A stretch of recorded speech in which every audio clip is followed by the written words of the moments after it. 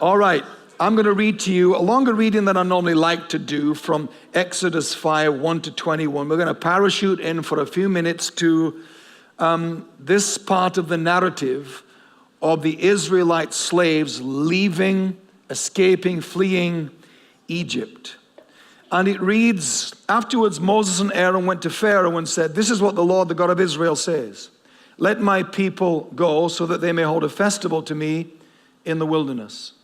Pharaoh said, "Who is the Lord that I should obey him and let Israel go? I do not know the Lord, and I will not let Israel go." Then they said, "The God of the Hebrews has met with us. Now let us take a 3-day journey into the wilderness to offer sacrifices to the Lord our God, or he may strike us with plagues or with the sword." But the king of Egypt said, "Moses and Aaron, why are you taking the people away from their labor? Get back to your work." Then Pharaoh said, "Look, the people of the land are now numerous, and you are stopping them from working."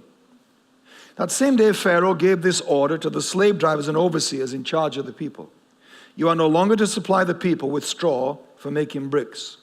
Let them go and gather their own straw, but require them to make the same number of bricks as before. Don't reduce the quota. They are lazy. This is why they're crying out, 'Let us go sacrifice to our God.' Make the work harder for the people so that they keep working and pay no attention to lies." Then the slave drivers and overseers went out and said to the people, "This is what Pharaoh says, I will not give you any more straw. Go and get your own straw, wherever you find it, but your work will not be reduced at all." So the people scattered all over Egypt to gather stubble to use for straw. The slave drivers kept pressing them, saying, "Complete the work required of you for each day, just as if you had straw." And Pharaoh's slave drivers beat the Israelite overseers they had appointed, demanding, "Why haven't you met your quota of bricks yesterday or today as before?" Then the Israelite overseers went and appealed to Pharaoh, "Why have you treated your servants this way? Your servants are given no straw, yet we are told, 'Make bricks.' Your servants are being beaten, but the fault is with your own people." Pharaoh said, "Lazy. That's what you are, lazy. This is why you keep saying, 'Let us go sacrifice to the Lord.' Now get to work. You will not be given any straw, yet you must produce your full quota of bricks." The Israelite overseers, note this phrase, realized they were in trouble when they were told, "You are not to reduce the number of bricks required of you for each day." When they left Pharaoh, they found Moses and Aaron waiting to meet them. And they said, "May the Lord look on you and judge you. You have made us obnoxious to Pharaoh and his officials, and have put a sword in their hand to kill us." Well, I think the first thing we have to say about reading this story is that freedom is complicated.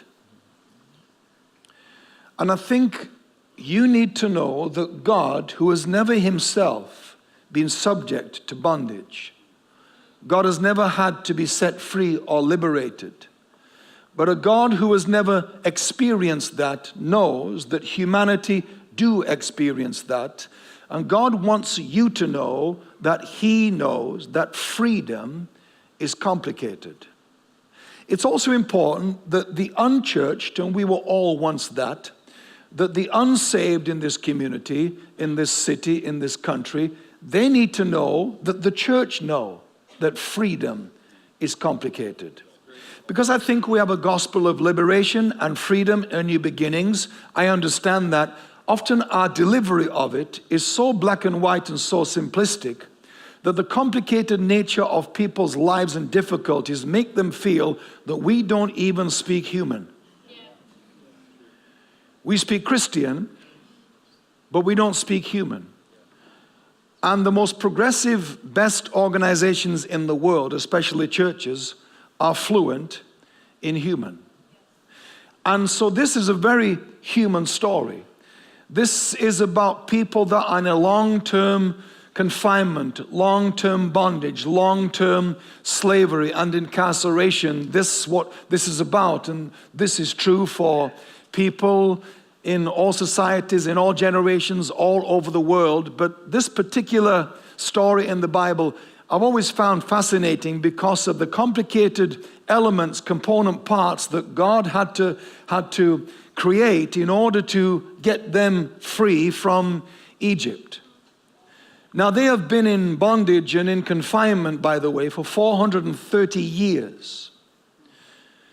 Any kind of generational containment, any kind of generationally established confinement, oppression, slavery, I think eventually takes on a physiology, a biology of its own. That when a thing gets generationally established, it's not just an external imposition on people's physical lives, it becomes internal. And if multiple generations are born into the problem and are born into an addiction-prone family, or born into a criminal family, or born into poverty, or born into racism, or born into whatever these societal, generational, established problems are, kids grow up knowing no different. So imagine being 20 generations is what that amounts to of slaves. I have a theory that anything established to a third generation takes on a permanence it didn't have in the first two, and after 3 generations, it's a done deal. I think this because God stopped introducing himself in the Old Testament after Jacob by any more names. He would say, I am the God of Abraham, Isaac, and Jacob, and then stop mentioning names. He didn't go on to say, and I'm the God of Joseph and Moses and Joshua. He stopped mentioning names after Jacob because when Jacob came to be the third generation to carry on the faith of his father and grandfather, under Jacob, the solitary faith of Abraham and Isaac in Jacob's generation became a nationhood. Under Jacob, the faith of Abraham spread out and became tribes and became a nation, which is still what we have in the world today with the nation of Israel. It took on a nationhood status and established itself with a permanence of a national identity that it didn't have in Isaac or Abraham's day. So Abraham is the first generation to believe, and some of you were in your families and first generation believers, have challenges. No one else does after them like that. I was a first generation believer in my family. None of my family are Christians, and I was the first in the Scanlon family line, as far as I know, to ever be a believer. And I was a teenager, and I went through hell to go to church a couple of times a week and listen to Christian music and carry a Bible into my home and talk about Christian things. It was very difficult. I couldn't have people from the church to my home. So I went through all of that and kind of forged a new path for that. When my kids came into my home, born into my home, my kids as a second generation didn't struggle with that, but they had a different kind of struggle. And the struggle for the second generation, and sometimes this isn't survived, so it never gets bridged from the first to the third, because bridges are especially bombed and attacked in any conflict in the world. If you can command and commandeer and control a bridge in a war zone, you have an advantage over your enemy, because these are arterial connecting points for you to march your army and your hardware and your tanks and so on over these bridges. So the second generation, you in here, that were raised in a Christian household, you are crucial to it making it to a third generation. So, because you're going to get bombed by the enemy. And the nature of his attack on you is that you meet the church before you meet Jesus. And that's messy. Because the church is far harder to love than Jesus is. Because the church is far more demanding and far less loving and far less gracious and far less merciful and far less forgiving than Jesus is. So what happens is kids that are raised in a Christian home get confused, and they think they've given their lives to Christ, but they've really given their lives to the church. They later on in teenage years often have an identity issue, because they realize, I've been dragged to church all my life, but I don't really know the God of my parents. But if that survives, and now it goes like it does with me to my grandchildren, I have 8 grandchildren. The whole grandchild thing is out of control, by the way. I've told my kids, just stop it. 8 is enough. And they all live 5 minutes from me. So my life when I'm home is just random grandchild invasions. So if something establishes itself after 3, what about 20 generations? I say this again so that when you read this story in future, you are kind to these people. that we are not finger waving towards them, because something very complicated is going on here. And after 20 generations, Aaron and Moses rock up and start demanding that Pharaoh lets them go, and all hell breaks loose. And Pharaoh decides to turn on the suffering to a whole new level, and he decides to make things more difficult for them by saying, you will now have to find your own straw to make bricks. The Egyptians did that for them so that brick making could continue to have momentum.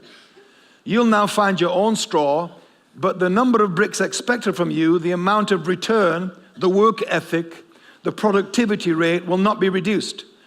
So Pharaoh introduces a new level of difficulty, but doesn't reduce his expectation of them.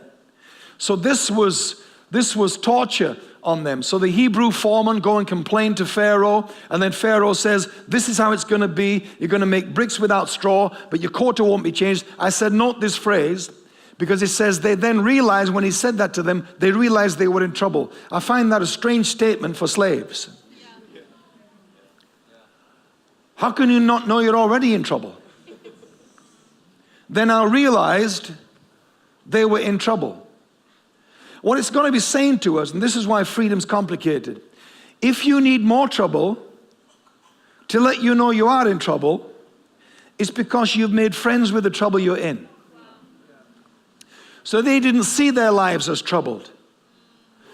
And so they needed new trouble on top of the old trouble to let them know you were always already in trouble, but 20 generations in, your trouble is your norm. So bondage becomes your normal life, and so you don't see it as trouble. And your stuckness and your problems become your normal life, so you don't see it as trouble. So you kind of settle into it, and your whole life becomes lived inside your trouble, and you get familiar and comfortable and form a relationship with your trouble. And so in order to get them to move and leave, God had to create more trouble on top of their trouble to remind them, you're all in trouble. Because the problem here was never going to be, would Pharaoh let them go? The problem was always going to be, would they let Pharaoh go? Let my people go was not going to be the issue. Because what's clearly happened here is that the Hebrews have formed an attachment to slavery. They formed an attachment to the system. They formed an attachment to Pharaoh. And in modern language, we could call this the Stockholm Syndrome. The Stockholm Syndrome, in case you've never heard of that, wasn't a term that existed till 1973. In 1973, Stockholm, Sweden, 4 bank robbers stormed a bank in Stockholm town center, and within moments it went wrong and became a hostage situation. Then a standoff went on for almost a week where the bank robbers took the bank staff hostage.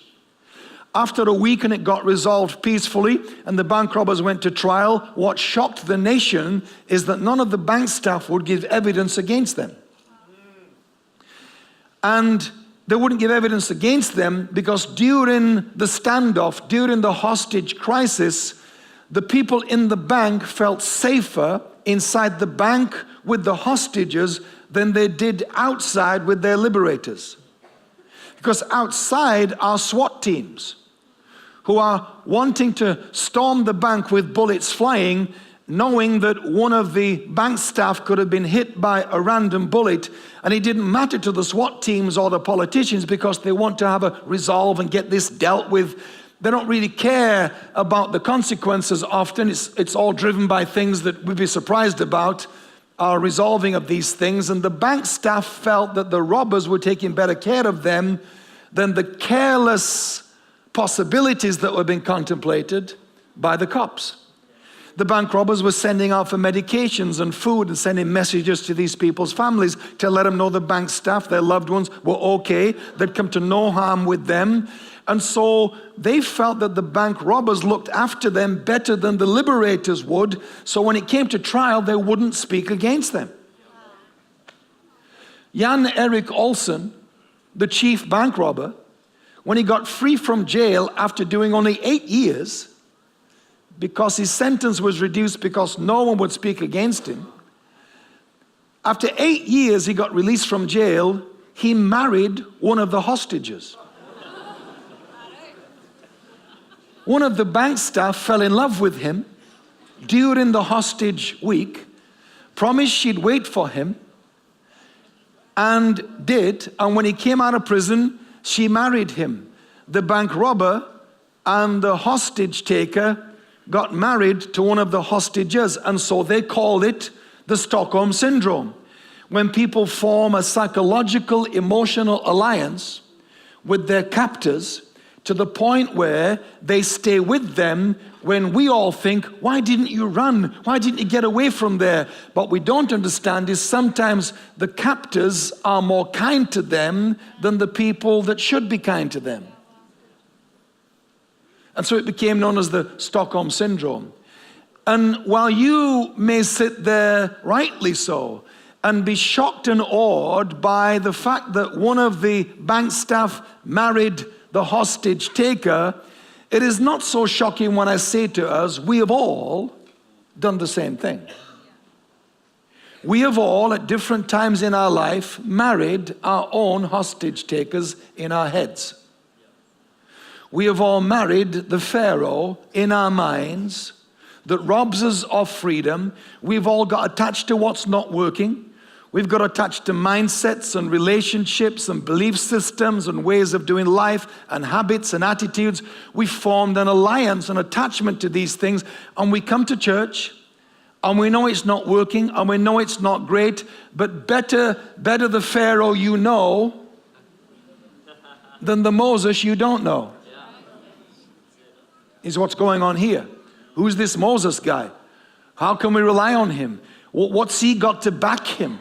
And that's why God created the theater, and that's all it is. The whole plagues are theater. It's just drama. God doesn't need it.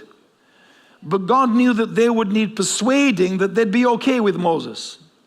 And so God re-enters their world after generations of them feeling God has abandoned them. And he comes back with this massive calling card of 10 plagues. Now, you've got to understand again something else going on here. Pharaoh was never the problem. Pharaoh was a pussycat. You don't get to be Pharaoh if you don't understand the nature of what's going on here. Pharaoh comes from a long line of trained from birth leaders. This guy was a genius in architecture, in culture, in military, in politics, in economics. This guy was a genius surrounded by brilliant people. It's the most powerful nation in the world. So Pharaoh's not an idiot. And I say that because you would think, wouldn't you, on, I don't know, let's say plague 3,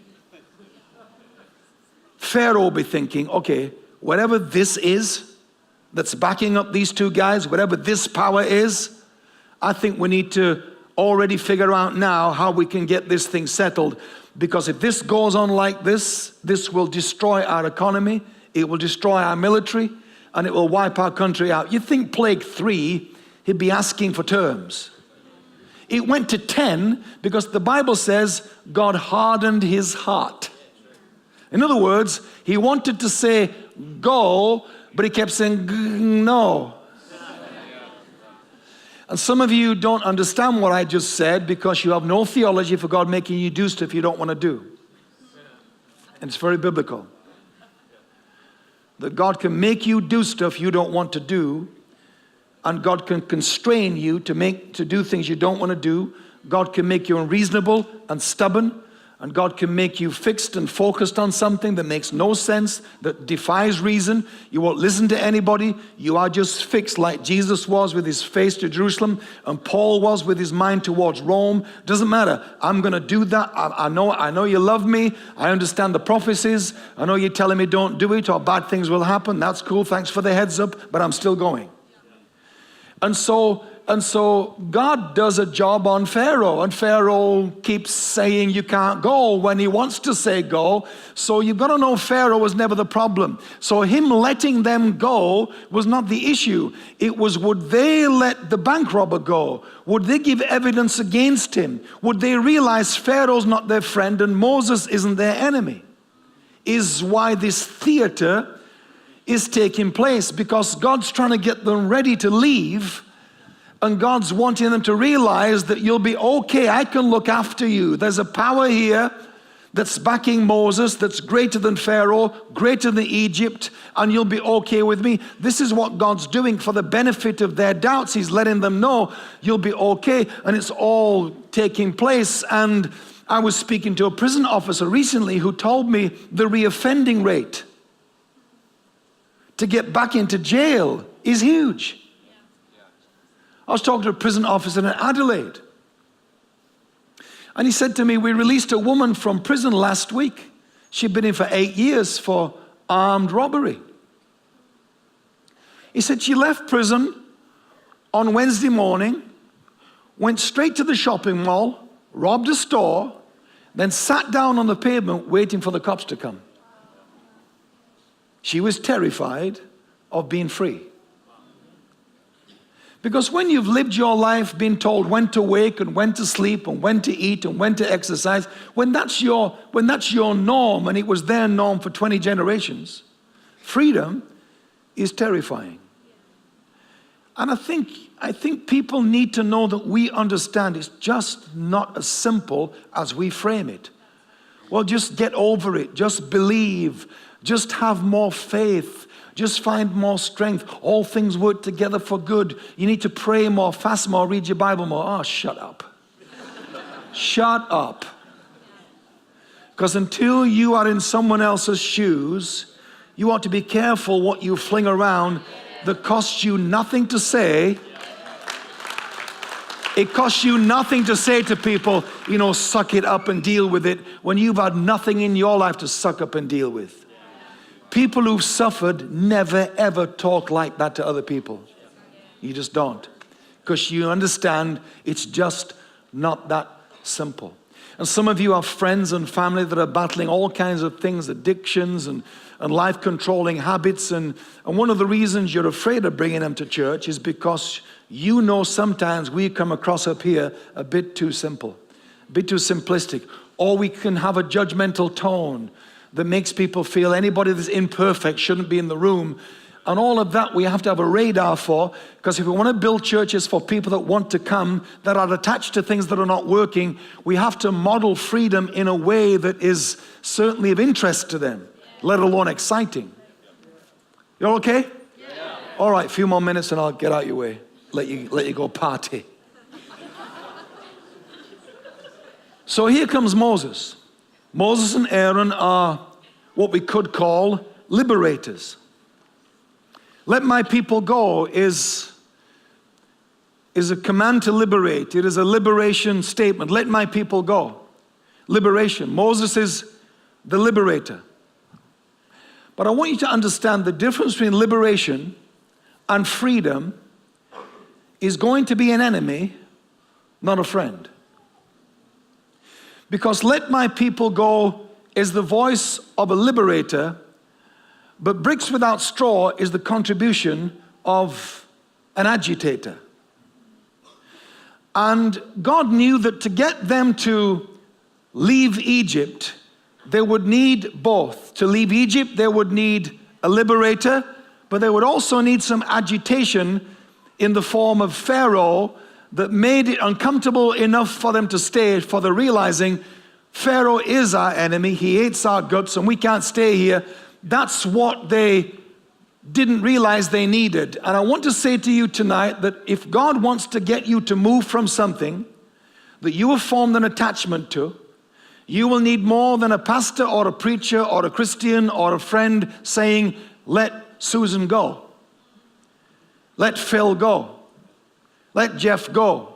You're going to need more than a hand laying on your head. You're going to need more than a breakthrough encounter. You're going to need the gift of an enemy. Because friends create comfort. The enemies create movement. All movement in your life, all movement that matters in your life, especially when you got stuck and entrenched, a friend never helped you get unstuck.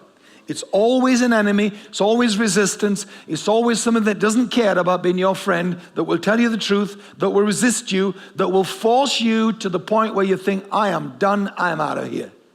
That's what Bricks Without Straw is, which is the title, by the way, this message, if you haven't gathered that by now.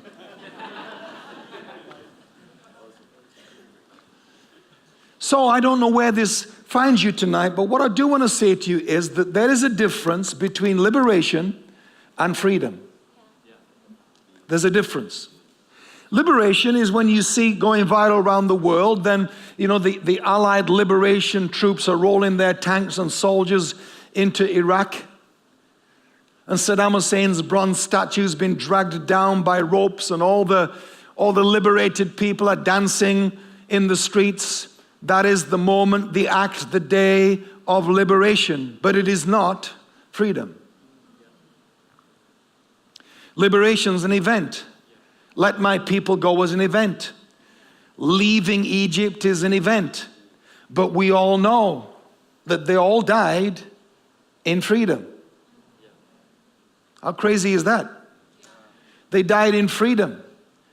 Because though they were physically free, they retained a slave victim mentality. And so God knew that freedom would cost them and be more complicated to sustain and live in than would liberation. And I tell you this to say that I think in churches like yours and ours, we have majored on liberation and minored on freedom.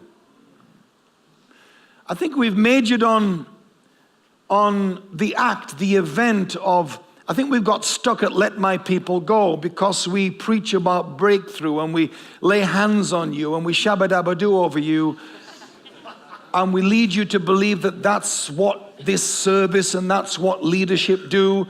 You get breakthroughs, you get miracles, you get a touch, a blessing, an encounter. And I think we have majored on liberation, but the problem is we're liberating the same people every week. And you get liberated tonight, but by Wednesday you're running out. By Wednesday the old stuff's coming back again, and by Wednesday you're still talking to and won't give evidence against Pharaoh. And by Wednesday you feel you're back into your old habits and old mindsets that you came to get liberated from. But you say to yourself, it's okay, I'll get ministry, I'll get counseling, I'll go and get zapped in the prayer line, I'll get a breakthrough. And you begin to form a codependent relationship. You have a Stockholm Syndrome with the church. Because we, pastors, can be your hostage takers. I can take you hostage. If I'm the pastor of a church, I can take the church hostage. I can make you dependent on me in a way that should never happen. I can get you to look to me for things you should look to God for. I can get you to look to me for things that you should look inside yourself for. I can lead you to believe that my hand on your head is more powerful than your hand on your head, and it's not. So I also got to be careful that I don't create a Stockholm Syndrome with people that I lead, and I for 30 years led in the same church, so it was a very real possibility that I could slip into that as a blind spot, and many pastors around the world have.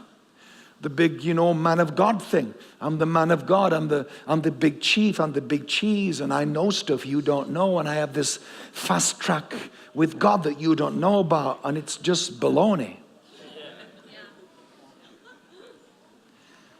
So, we don't want you to come and see the church as a Groundhog Day liberation place. We want to equip you to live in freedom. We want to say things and say them in a way that helps you understand that we have nothing for you. We're all out of liberation. Some of you are liberation addicted. And you got to think sometimes you got to break the cycle. And you know what? We're in the final quarter of 2018, And this could be a game-changing message for you tonight. There's still time for you to finish this year well if you feel it hasn't gone well to now. This could be your key, that maybe the reason you have stayed parked up and stationary in your confinement mentally and emotionally for the first 9 months, 10 months of this year is because you have formed a Stockholm Syndrome with what's not working. And maybe our gift is not to say you just need more prayer and you need stronger prayer and intercession and you need to get the visiting preacher to pray for you, or worse still, watch this, you need to go to the conference. Hello. Because most Christians have two gods. They have a local church God and a conference God. And they think those two gods don't know each other. So the local church God is like a father. The conference God is like Father Christmas. The conference God just zaps you in the prayer line. The local church God says, you know what? You just need to get a job. Or maybe just, work on your attitude a little bit. Maybe try showing up on time. Maybe try and be nice to people. Maybe be a team player a bit more. I don't know. There's no love in this church. 30 years pastoring, I got sick and tired of people saying to me, have you been to Toronto, Pensacola, Argentina, wherever the latest move of God was? Have you been? I said, no. Are you going? No. Why not? Because I don't think there is such a thing as the move of God. There is no such thing as the move of God. Do you know right now God is doing millions of things in the earth? They're all simultaneous moves of God. Most of them you'll never hear a thing about. The stuff that gets on TV or on the internet, we think that's the move of God. And my issue is this: how come the move of God is always where I'm not? What's up with that? How come the move of God isn't where I live? I tell you why. Because unless you have to get on a plane and fly somewhere, it can't be a move of God. And I would have said to our church, do you think Hillsong is a move of God? Oh, yes. Do you think that Joel Osteen's a move of God? Oh, absolutely. Do you think, and I'd mention, Joyce Meyer or whatever, these no-brainer answers. Yes, yeah, move of God. Then I'd say to them, do you think this is a move of God? Then they go, ooh, that's a trick question, isn't it?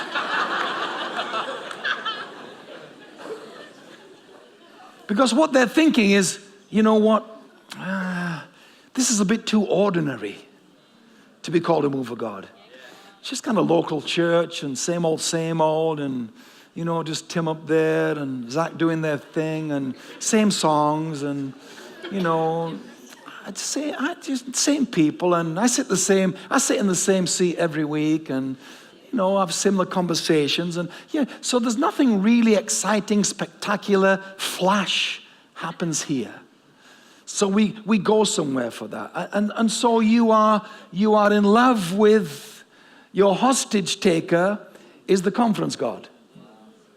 And so we need you to come back and go to conference God rehab and come back and join the local church, because the local church is the best idea God ever had. I've got to tell you, because the local church is the only generational move of God in history.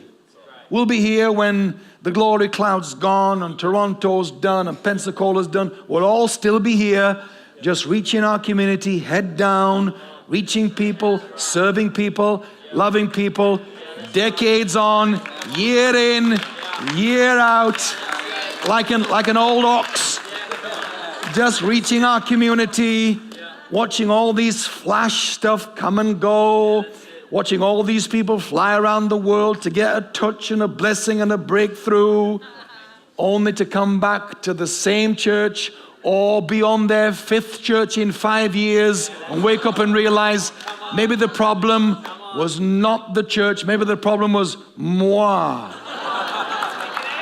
Because newsflash, wherever you go, you're there. I know. I'm sorry to tell you. Let's stand there. Come on, time's gone.